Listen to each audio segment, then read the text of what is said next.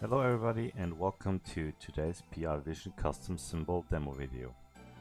Today we're going to show you the new radar plot plus control, which allows you to display your process data, your assets and attributes data on a custom radar chart.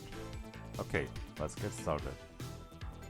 So first, what we do is we select the radar chart plus control in the symbol selection pane. And next we want to select our assets. So there's basically two ways to do this.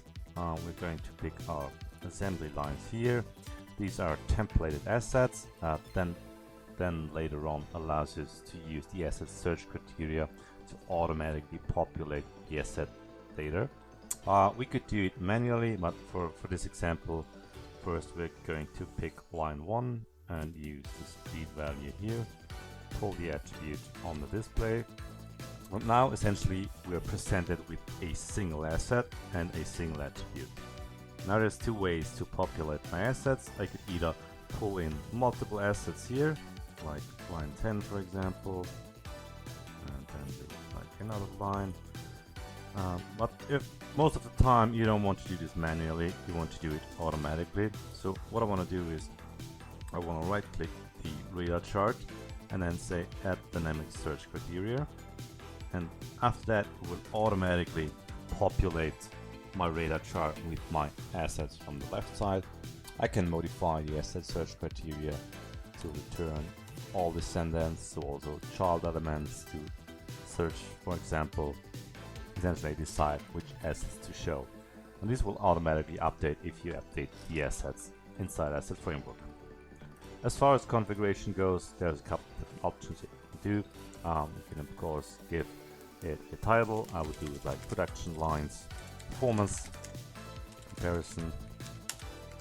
For this one, there's a couple of styles that I can use. You can either use polygon style, like circular style, a couple of different grid options for that as well. So now we're going with this setting. I can enable, disable the legend, of course, change the positioning, as well as showing my actual data labels on top of my data.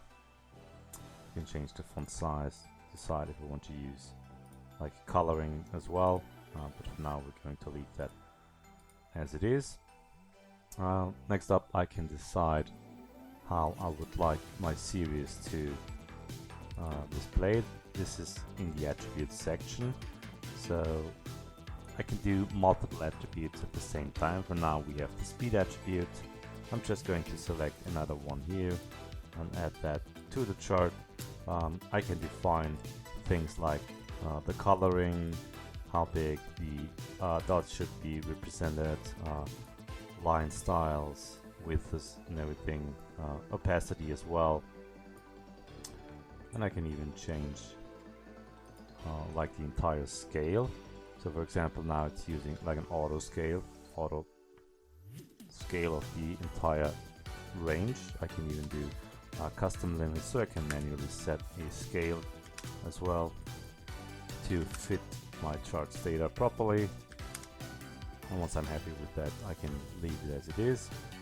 I can move the chart itself, the start and end position, so I can have my first line, for example, set up in the middle like this, so it starts at line 1. There's a couple different options with regards to multistating. So what I can do is I can color my data points depending on certain ranges. In my example, I've set them up in the asset framework, so these are dynamic limits that I can use. The same color applies for the data labels as well. So if I'm going to show those, the colored data labels are also shown in the right color. Other than that, what I can do as well is I can swap like the asset category or the scale category.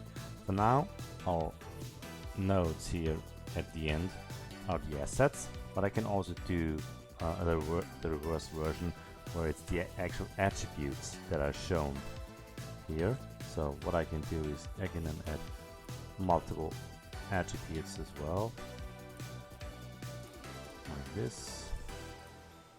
And now I have a chart where the attributes are sitting on the edges, and my actual series data are my assets. So depending on the underlying use case, you can choose any of the settings for that.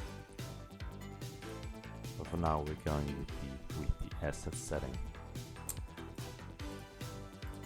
Finally, there's a couple of things with regards to the number formatting that you can change, and that is pretty much it. Thanks a lot for watching, and see you in the next one.